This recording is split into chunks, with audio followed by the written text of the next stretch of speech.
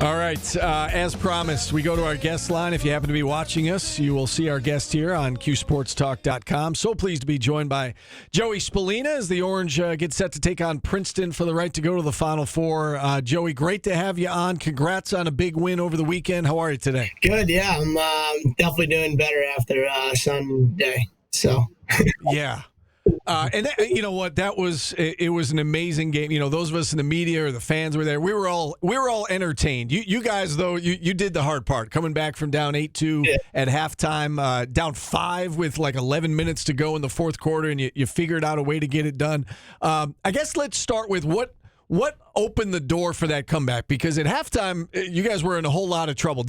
What was talked about at the half, and how did the script kind of get flipped there in the second half? Yeah, I think the message was, just to believe, not get too high, not get too low, and I think really the turning point was probably me getting killed, and then us going on the power, and we scored obviously 3 from there, and for me, I think the main turning point, was I think there had to be like 10 minutes to go, and the entire dome, I don't think, sat down for the rest of the game, which I thought was unreal. And, and Chuck Shazinski scored, I don't think I've ever heard the dome that loud. And, I thought the place was rocking. So you've played a lot of big games in front of a lot of big crowds and a lot of exciting games. Where is that one rank for you? I mean, I know there's some recency bias, the fact you just lived through it, but I mean, is that game, given everything that was on the line, is that at the top of the list, or have you played, games that are even more memorable for you? Yeah, I mean, I think that's definitely up there. I think probably playing against Canada in the gold medal game is definitely up there, but I think just playing in that game, just like the atmosphere and it's very tough to say, that any other place in the country, has fans that truly care like that. And, I think it gives us a boost, when I'm pretty sure the goalie can't even hear himself think, and, the place is just going crazy. And, but yeah, I think that's definitely a top 2 or 3 game that I've ever played in. So. You guys rally from down 5 with 11 minutes to go. You take the lead. You've got the ball, man up with about a minute left. You call timeout. It looks like, okay, they can kill the clock. This game might be over. And then Princeton makes a great play defensively, goes down, scores with 6 seconds left. That could be a very deflating thing. I'm sure in the moment it was deflating. How did you guys, I guess, overcome that, between the end of regulation and the start of overtime? How did you, I guess, get over the fact that you were so close to winning, and now all of a sudden you got to go into sudden death overtime, and then, having the resiliency to still get the job done in the OT? Yeah. I think, I think we were pretty upset, and then, you remember, that we still have Johnny Mullen, and, you kind of knew that we were going to get the ball to start. And, I don't think, I don't think I was going to let the ball get down the other end. And, I think I wasn't looking to force it, but I knew once I saw Owen, with a step on his guy, cutting towards the goal, I just put it right in his stick. And, obviously, the rest is history. So. I was going to ask you about that last play and to walk us through it. And so what is going through your mind? Ball in your stick. You, as you said, you know that, all right, we've got one possession here. We can end it right here. I don't want to force it. Take me through, I guess, the mindset of what's going through your mind, what you're looking for specifically on a play like that. Yeah. So, I think Mike Leo dodged down the side, and, he kind of threw it to me, so I kind of ran back at him, tried to come off the pick, see if I could get a step that way. And, they did a pretty good job defending it. And, so I bounced back, and, I just dodged up the right side, and, I got to goal line, maybe a yard or two before, and I saw Owen kind of get away from his defender, and I just put it right on his ear. And, I think Owen's the kind of player where, when he's off the ball, he's really, really good like that. And, I was kind of looking for him, and I obviously found him, and and then he scored. To be honest with you, if you look at the replay, he got hit in the face, and you would have to ask him, but I don't think he saw the goal. I think he just fired it well, and it obviously went in. So that was great. It was great, and the place erupted and went bonkers. You brought up the name John Mullen a moment ago, and 24 of 28 at the faceoff X. When you've got somebody that dominant at his position, do you feel like you're in every game, like down 6.5, or we saw in that North Carolina game where you guys were dead and buried with just a couple minutes to go, and then all of a sudden made it interesting and almost pulled off a miraculous comeback? The fact that you have him on your side, I mean, I guess what does that do for your confidence when you are trailing? I would imagine it makes you feel like you're in any game, right? Yeah, I think it's especially good for the offensive guys.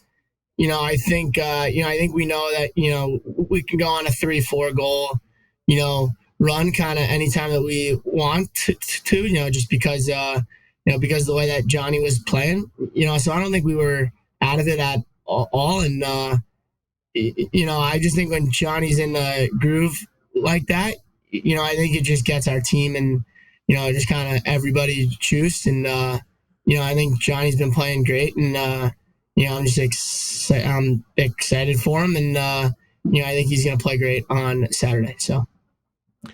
All right, I'm hesitant to bring this up because I'm sure that you're tired of getting questions about this. You're tired of talking about it, but I feel like I have to, right? Because you're knocking on the door of the Final Four. Yep. It has been 12 years since this program has been to the Final Four. You have been, you've been a Cuse fan, Cuse player now. You bleed orange.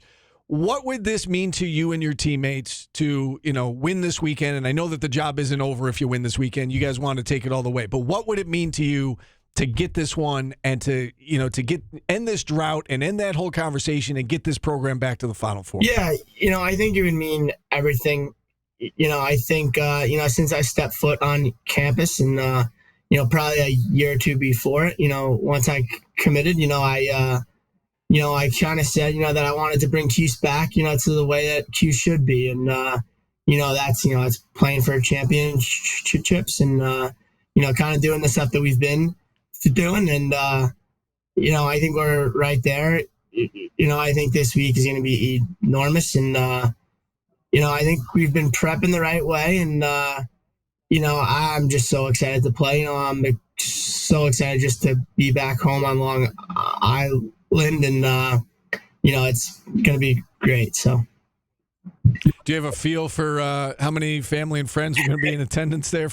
I'd imagine everybody's coming out for this one, right? Yeah. I have most of my friends from Mount Sinai coming. They're obviously juiced, and we actually had a bunch of them up at the game Sunday. They made the trip from Long Island. So it was it was great to see those guys and be with them. And I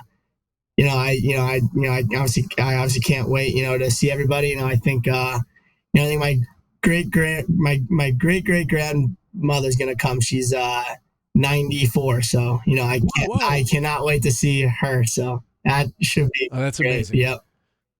That's amazing. All right, so it's a difficult opponent. I mean, that. Princeton's really good. It's early in the week, so I know you probably haven't done a ton with the X's and O's at this point, but you watch a lot of lacrosse. You're aware of everybody. I mean, what stands out to you, I guess, at this point about this Princeton team? By the way, I'm 4 games in, so okay. I've definitely been watching these guys. But they're obviously they're great. They're obviously a very well coached team, and it's actually kind of a funny story. Their head coach played for my dad way back in the day with the Lizards. So I actually used to shoot on him before games. So that's kind of funny. That's amazing. Yeah, I think they're obviously a great team. They have some great guys on offense, and I think they're just a well-rounded team, and their goalie's been playing great. So I think I think we're just ready to go, and I think it's going to be a great game. I don't know how much you caught of the last segment as you were logging on to get ready to do this interview, but we were talking about the transfer portal and about, how we see so many college athletes these days go to, 4 schools in 4 years or 5 schools in 5 years. Everybody's always leaving. The fact that you've been here since the beginning and so many of your teammates have been here as well, multiple years. Do you feel like you appreciate this a little bit more going through the tough times, and now can you appreciate the success a little bit more? Does it mean a little bit more to you, the fact that you've done it in one place, again, for this program in particular? Yeah, I think it definitely means a lot. And, Syracuse is great. This place is great. And, I don't think I would change it for anything. And, I think the seniors on our team right now, especially, they've been through it all. They obviously could have left after we were 4-10, They could have left, when there were a bunch of kids on the field. It was 6 or 7 of us, that were, did not play a college lacrosse game. And, and they obviously could have left, after the heartbreak that we had last year. But, I think it's something special when you stay at a place for 4 years. You kind of really build a bond with the fan base, and the people that that truly love you and truly support you. And I think that's what makes this place so great, is looking up into the crowd, and there's like a 50, 60-year-old Cuse dad, that's been to every single game, that's wearing a 22 jersey. I think that's just what makes this place so great, and bouncing from college to college, you really don't get to experience that, and just kind of embrace the fans that way. And, I think the fans, I think they're they're the biggest key to us. So. Well, there's no doubt that this place does love you, Joey. And again, congrats on an amazing game over the weekend. Best of luck Saturday against Princeton, and hopefully we're still talking lacrosse, Syracuse lacrosse next week. Thanks so much for coming on. Best of luck. Awesome, guys. Thanks. All right, Joey Spallina joining us here on the program. Good job, Steve. With that, let's take a timeout. I was just going to tell you, though, something. Yeah. What? Did you know that June 6th and 7th, the Taste of Syracuse is coming back? The Summit Federal Credit Union Taste of Syracuse, presented by Tops Friendly Markets. We'll be there Friday. Brian will be there Saturday. So we'll be broadcasting live. It'll be great fun for everyone. There's new vendors, including Smoky Bones, Jilly Dogs, and the Vietnamese Noodle House, plus more. Summit Federal Credit Union and Tops will be fundraising money for David's Refuge and Ronald McDonald House, charities of CNY. TasteofSyracuse.com for more information. And Stephen Page, formerly of the Bare Naked Ladies. Friend of the Bridge Street. Yeah, we get that. Yeah. You asked if I knew that Taste of Syracuse was coming up. I literally, yesterday, saw the billboard on 690, and I thought to myself, Taste of Syracuse is almost here. It's been 1 week since you looked at me. I could fill in for Steve. Was that the? Oh, I thought you were actually playing the song. Yeah, that was you. Yeah, I would have thought it was him, except I was looking right at you. It was just me. Very, very well done. Thank you. 1 week. Pinch me. Let's take a timeout. We've got Rick Beardsley coming up at the top of the hour. Phone lines open if you want to check in. Back after this on ESPN Radio.